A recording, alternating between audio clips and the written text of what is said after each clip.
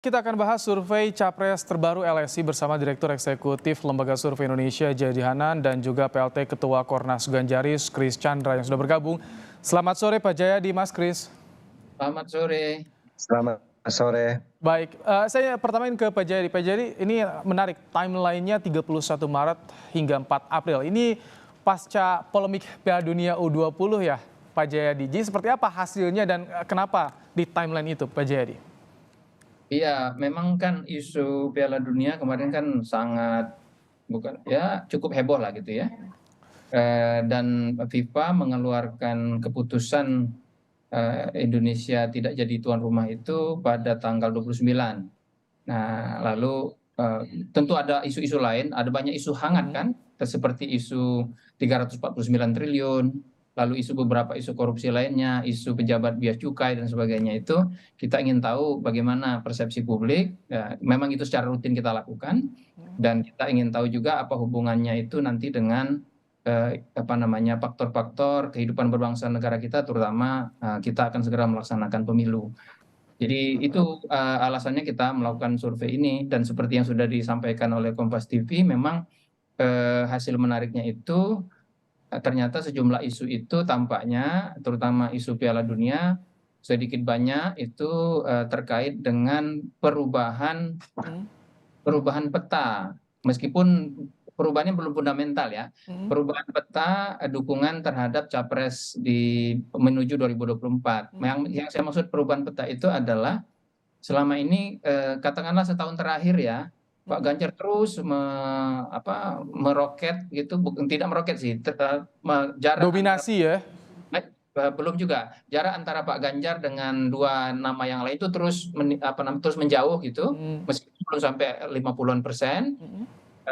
Pak Prabowo cenderung makin turun gitu, demikian juga Anies, tetapi kemudian Di survei pada kali ini gimana Pak Jayadi? iya, di survei kali ini kemudian terjadi perubahan. Pak Prabowo di simulasi banyak nama itu menjadi sangat kompetitif kembali Oke, berhadapan dengan Ganjar, dan sementara di simulasi 3 nama itu Pak Prabowo sudah mulai menyalip baik. Ganjar. Sudah ada ya peta yang jelas tadi yang disampaikan Pak Jayadi. Mas Kris, bagaimana tanggapan dari Ganjar soal ini? Isu Piala Dunia membuat heboh tampaknya Mas Kris. Siap, terima kasih. Terkait itu 20 ini ya memang dampak elektoralnya ada.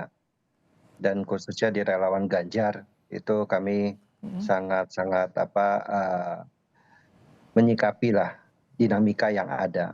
Memang tidak bisa dipungkiri bahwa kita sebagai warga negara ya di negara yang demokrasi seperti ini ya dinamika yang seperti ini yang harus kita terima gitu. Jadi memang sampai saat ini pun juga masih ada perbincangan di antara relawan kami khususnya di Ganjaris, tapi secara menyeluruh bahwa ini sudah bisa kami redam dan kami bisa fokus untuk melanjutkan apa yang menjadi tujuan utama dari sebagai relawan Ganjar. Kalau itu Dan Mas kami Kris, juga oh baik-baik, ya silakan Mas Kris. dan, dan juga kami melihat bahwa sikap yang diambil oleh Pak Ganjar itu ya memang beliau lebih mengedepankan ideologis konstitusionalnya daripada memikirkan elektabilitasnya. Dan ini kami menyikapi bahwa beliau adalah pemimpin yang berintegritas, berani bersikap. Baik. Ketika dalam acara narasi kemarin juga beliau menyampaikan permintaan maaf dan juga menemui pemain U20. Baik. Dan ini menunjukkan bahwa sikap beliau sebagai seorang pemimpin yang berintegritas. Mas Kris, kalau misalkan tadi survei dilakukan pasca pengumuman Indonesia batal jadi tuan rumah, ini cukup fairkah untuk menunjukkan elektabilitas dari Ganjar Pranowo misalkan, Mas Kris? Ya, saya rasa masyarakat Indonesia juga sudah cukup dewasa dalam menyikapi setiap permasalahan yang ada, dan kami melihatnya memang untuk hasil survei ini memang sepertinya terlalu terburu-buru karena impact dari kemarin yang U20 itu kan bukan hanya Ganjar saja yang menyatakan menolak, tapi juga banyak tokoh yang menolak. Tapi memang ini adalah tahun politik yang dimana ada upaya-upaya dari kubu kontra Ganjar yang mencoba untuk mengambil panggung ini, dan kami melihatnya seperti itu. Tapi kami tetap optimis bahwa penurunan hasil LSI ini ya tidak berdampak signifikan, tapi kami relawan tetap bekerja keras. Baik, Pak Jayadi tadi disinggung soal terburu-buru dan kalau Anda lihat memang begitu besar pengaruhnya soal isu Piala Dunia ini terhadap salah satu nama Ganjar Pranowo, Pak Jayadi. Gini, yang mempengaruhi elektabilitas itu kan ketika menuju pilpres atau menuju pemilu itu kan ada banyak ya. Pertama faktor isu, yang kedua faktor figur, yang ketiga faktor fundamental. Faktor fundamental itu biasanya terkait dengan stabilitas ekonomi, stabilitas politik. Faktor isu, ya faktor isu itu bisa bertahan, bisa come and go gitu, Mas. Jadi pertanyaannya adalah yang pasti faktor isu besar seperti isu Piala Dunia ini, karena 70-an% masyarakat kita itu kan menyesalkan ya, menyesalkan pembatalan Piala Dunia itu. Lebih dari 65% menyatakan tidak menolak kehadiran Israel kalau datang sebagai pemain Piala Dunia gitu. Nah itu jadi isu-isu seperti ini kan menimbulkan reaksi negatif dari publik. Publik kalau punya reaksi negatif terhadap isu semasa itu kemudian akan mengalamatkannya kepada kalau dalam kompetisi pemilu itu akan mengalamatkannya kepada peserta pemilu atau calon peserta pemilu atau figur-figur yang dianggap potensial. Nah, yang jadi saya kira itu bukan soal buru-buru atau tidak, itu karena memang isu-isu seperti ini kan bisa jadi dia punya dampak sementara, tapi bisa juga punya dampak yang sifatnya berlangsung lama. Nah, tentu saja tugas dari teman-teman dari pihak Ganjar adalah membuat isu ini menjadi isu yang tidak berpengaruh lama di masyarakat. Tapi kan seringkali isu itu atau katakanlah momentum itu tidak bisa dikontrol oleh kita kan. Momentum atau isu itu bisa muncul dari peristiwa-peristiwa yang terjadi di sekitar kita. Karena itu memang ya perhitungan-perhitungan yang sifatnya baik itu ideologis, politik maupun Pak elektoral. Jayadi, kalau pertemuan politik antar tokoh itu berpengaruh juga tidak di elektabilitas yang dilakukan pada kemarin itu kan ada beberapa pertemuan tokoh itu berpengaruh juga terhadap elektabilitas Ganjar Pranowo yang jarang tampaknya jarang bertemu dengan tokoh. Kalau jadi begini, penurunan elektabilitas Ganjar itu terjadi menurut saya minimal karena dua hal. Satu, endorsement dari Pak Jokowi. Karena begini, Pak Ganjar itu selama ini yang paling dianggap identik dengan pemilih Jokowi, gitu. Itu yang lebih banyak. Jadi lebih banyak pemilih Jokowi ke Pak Ganjar. Tapi belakangan, terutama sejak November, itu Pak Jokowi mulai mengendorse dengan tegas nama lain, yaitu Pak Prabowo.